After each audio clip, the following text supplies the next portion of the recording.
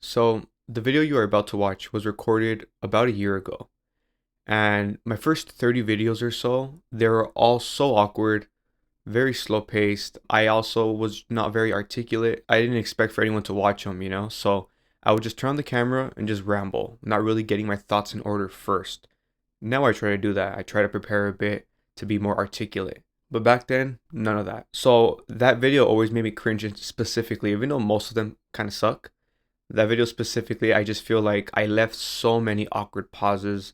I left so many stuttering, so many ums while I'm just sitting there thinking, not a good video. So, in light of the recent rise of DC being trendy, the Sandman Netflix series is going to be ending next week. I decided to go back, re-edit it, and re-upload it. So, I took off about 3 minutes from the original video. My original thoughts are still there, but I took out a lot of those pauses and stuff like that. So now, at the very least, bearable. But it's still very much my inarticulate self from a year ago. Enjoy. The Sandman, written by the legendary writer Neil Gaiman. I just finished reading this comic book series about 3-4 days ago, and it took me just about a year to complete it. It's not that long, but I was reading a lot of other things, so it took me about a year. But for those of you who don't know the Sandman story, who've never heard of it, or have maybe heard of the Netflix show, but never seen it, the story is about Morpheus, who is Dream. He's the anthropomorphic personification of Dream. In a simple way of understanding, he's the god of dreams, but the story and the lore makes it clear that he's not a god. He is part of the endless. There's death, destruction, desire, delirium, despair, and destiny. The endless are very interesting. You learn more about them much later in the story, but in the beginning it's just very simple. Essentially, some selfish human beings that want immortality, rich, nothing's enough. They're doing, I think, witchcraft, and they're trying to capture death, to bend death to their will so that they could be immortal. On accident, they capture Dream because death is more powerful, and they strip him of his power, and he's in a glass cage, and he's stuck in there for 70 years until he finally gets out. He escapes. Most of the first volume is just about him regaining his power and just going on an adventure, on a journey to find his things. He has a ruby, he has a bag of sand, and a helm. It's like a really sick looking helmet mask thing. And all those things are imbued with his power, so he needs it to be at his full strength. That's the simple synopsis of what gets the ball rolling, what makes the story, what starts the story off. The story is so much more than that, but it's very much connected. It's like a snowball effect of consequences. That's like the entire comic book series. So, having finished the comic series, I gotta say, I feel overwhelmed. I feel sad because it's over. I feel sad because I've been reading this for a year. Specific plot points are sad. Yeah, I'm obviously not going to say, because the point of this video, I want to not just connect to fellow Sandman readers, but to also like spread the word for younger people who maybe haven't heard of this series. And I know that a manga like Berserk, it very much has a life right now. It's very much in pop culture right now, even though it's older, and it's very popular amongst younger people. So I would hope for Sandman to regain that momentum again, and the Netflix series is a great tool for that, to start that. So I'm a bit overwhelmed because there's a lot that goes on. So it's not one continuous focused story throughout.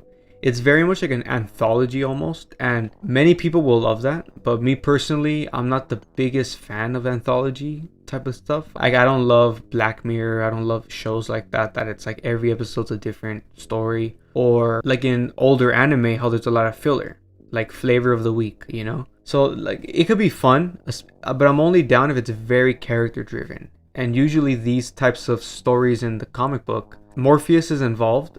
Again, Dream. He's involved, but he's never like the focus. It's only the main storylines, the main arcs. So I gotta say that's a little bit of a negative for me, for my personal taste. But the writing, objectively, the story, the character of Morpheus is so interesting. I love how gothic it is. I love how dark it is. The world, the lore. Neil started this in the 80s, so I personally love the 80s. So I loved just the aesthetic of the 80s goth scene is like all over this comic book series, you know? So that's really sick. If you're into fantasy, dark fantasy, really meaningful, deeper stories that isn't just superficial fantasy, Sandman is definitely that type of story for you. It's so profound that, like, again, back to me saying how overwhelmed I feel. What Neil is trying to tell, I understand that story. So I don't feel overwhelmed by that because it's like a mind-blowing, crazy, weird concept. It's one of those things that after you finish the last issue, I feel like there's a big retrospective that hits, at least it hits me. And I immediately feel like I need to reread it. Like there's more I need to understand. There's a lot of underlying themes here. There's more that Neil is trying to say, and I feel it. I don't know it. I don't know exactly, but I could feel it. Like I feel like my subconscious has picked up on everything. I mean, the subconscious always does, but I just feel like it's there, the feeling, you know, the impression is there in me, and I just need to peel back the layers and really dig deep. I feel like I need to be re-immersed, which is crazy because I just finished, you know. But there's some really deeper things going on. Some things I don't want to quite say. It leads to Morpheus and his like psychology and his emotional journey that I want to like dig deep again. And again, the only way to dig deep on that specifically is to reread it. And the second thing is that if you don't know, Shakespeare, he doesn't have a big role in the series, but he has a significant one. And he comes out in the beginning. And again, it's in season 1, his first introduction, and he comes out 2 more times, and they're very significant. He has a very specific role to play in this story. I don't consider this a spoiler because I'm not saying a plot point, but the last issue is the last meeting, the last puzzle piece to the story of William Shakespeare and Morpheus, and that left such an impression on me. And I just feel like I want to read some Shakespeare now, like to understand exactly what Neil is saying, you know.